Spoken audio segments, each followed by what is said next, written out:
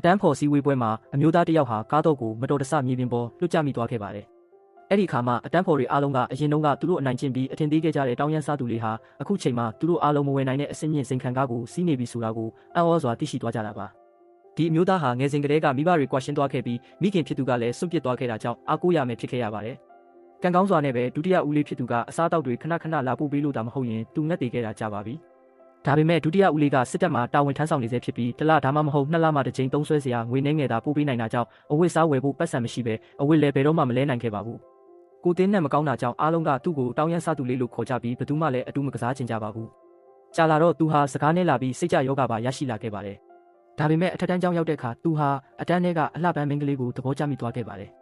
ဒါပေမဲ့ဒီလိုထက်မြက်တဲ့မိန်းကလေးကသူ့လိုလူကိုဘယ်တော့မှအထင်ကြီးမှမဟုတ်ဘူးဆိုတာသူကိုယ်တိုင်သိနေခဲ့တာပါ။ဒီနေ့မှာတော့သူဟာအလှပန်းရဲ့ဖောင်တိန်ကိုမှားယွင်းပြီးမြေပြင်ပေါ်တိုက်ချမိလိုက်ပါတယ်။သူကမြန်မြန်ကောက်ယူတောင်းပန်ပြီးအင်ဂျီနဲ့တုပ်ပေးခဲ့ပေမဲ့ဒီလောက်ရက်ကအတန်းဖော်တွေရဲ့ယွန်ရှာမှုကိုဖြစ်စေခဲ့ပါတယ်။သူကဖောင်တိန်ကိုအလှပန်းထံခယူးတစိုက်ပြန်ပေးဖို့ကြိုးစားချိန်မှာအတန်းထဲကတထေးသားကသူ့ကိုခြေထောက်နဲ့ကန်ထုတ်လိုက်ပြီးညစ်ပတ်တဲ့လက်နဲ့အလှပန်းရဲ့ဖောင်တိန်ကိုကန်ရကောင်းလားဆိုပြီးရှက်စရာမရှိတဲ့တောင်းရမ်းစားသူလိုလူပုံအလဲမှာဆဲဆူခဲ့ပါတယ်။သူကဖောင်တိန်ကိုပြန်ပေးဖို့ထပ်မံကြိုးစားတဲ့အခါအလှပန်းကယွန်ရှာနေတဲ့အတန်းဖော်တွေကိုကြည့်ပြီးဒါဖောင်တိန်ပဲငါမလိုချင်တော့ဘူးလို့ပြောလိုက်ပါတယ်။ဒီစကားကိုသူအမြဲတမ်းမှတ်ထားခဲ့တာပါဘာလို့လဲဆိုတော့အလှပန်းကသူ့ကိုယွန်ရှာပြီးအထင်သေးတယ်ဆိုတာသိလိုက်ရလို့ပါပဲ။နောက်ပိုင်းမှာတက္ကသိုလ်တက်ဖို့ပတ်စံမရှိတာကြောင့်စောက်လုပ်ရေးဆိုင်မှာအလုပ်လုပ်ရင်းစားဝတ်နေရေးအတွက်ရှာဖွေခဲ့ရပါတယ်။ဒါပေမဲ့အလှပန်းရဲ့ဖောင်တိန်ကိုတော့မစွန့်ပစ်ခဲ့ပါဘူး။အဲ့ဒီအချိန်မှာပဲသူဟာလူရဝင်တဲ့သူတစ်ယောက်ဖြစ်အောင်ကြိုးစားမယ်လို့တစ္ဆာဆိုခဲ့ပါတယ်။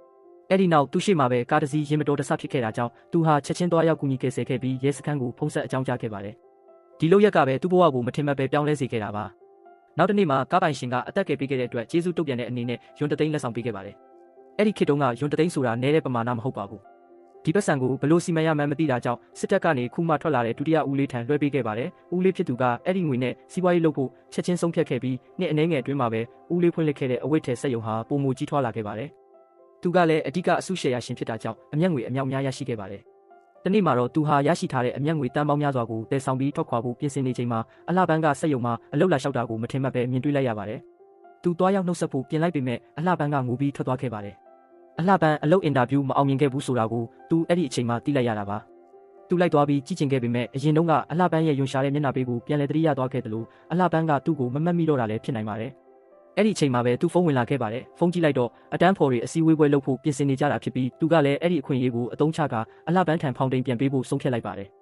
ဒါကြောင့်အတန်းဖော်ကရုတ်ချက်ထဲမှာဖိတ်ခေါ်မှုကိုလက်ခံလိုက်ပါတယ်။အစည်းအဝေးပွဲနေရောက်တဲ့အခါအရင်တုန်းကတထေးသားကလမ်းဘေးမှာစီးပွားရေးသုံးကားတစ်ကြီးကိုကြွားဝါနေပြီးအများစုကဘတ်စကားနဲ့လာကြတာကြောင့်အတန်းဖော်တွေအားလုံးအားကျနေကြပါတယ်။သူထေးသားကကြွားဝါလို့ကောင်းနေချိန်မှာသူကားထက်အစမတန်တာလုံးနဲ့အစင်းမြင့်စိန်ကန်ကားတစ်စီးရှိမှရပ်ထားတာကိုရုတ်တရက်မြင်တွေ့လိုက်ရပါတယ်။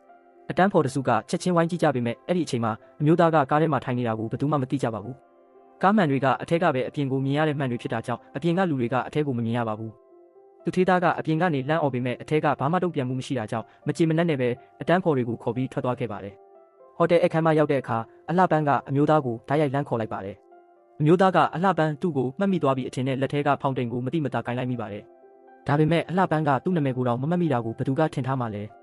အမျိုးသားကစက္ကန့်နှဲငယ်များကြောင်သွားခဲ့ရပါတယ်။အလှပန်းကသူ့ကိုလက်ဆွဲနှုတ်ဆက်ယုံသာပြုလုပ်ပြီးအခြားအတန်းဖော်တွေနဲ့အတူထွက်သွားခဲ့ပါတယ်။အစည်းအဝေးခန်းမထဲရောက်တော့တထေးသားကအတန်းဖော်တွေကိုစီဂရက်လိုက်ဝေနေပြီးအမျိုးသားထံရောက်လာခဲ့ပါတယ်။ကဲအတန်းဖော်ဟောင်း soft pink လေးတောက်ပါဦးလို့ပြောလိုက်ပါတယ်။အော်ဒီကားလား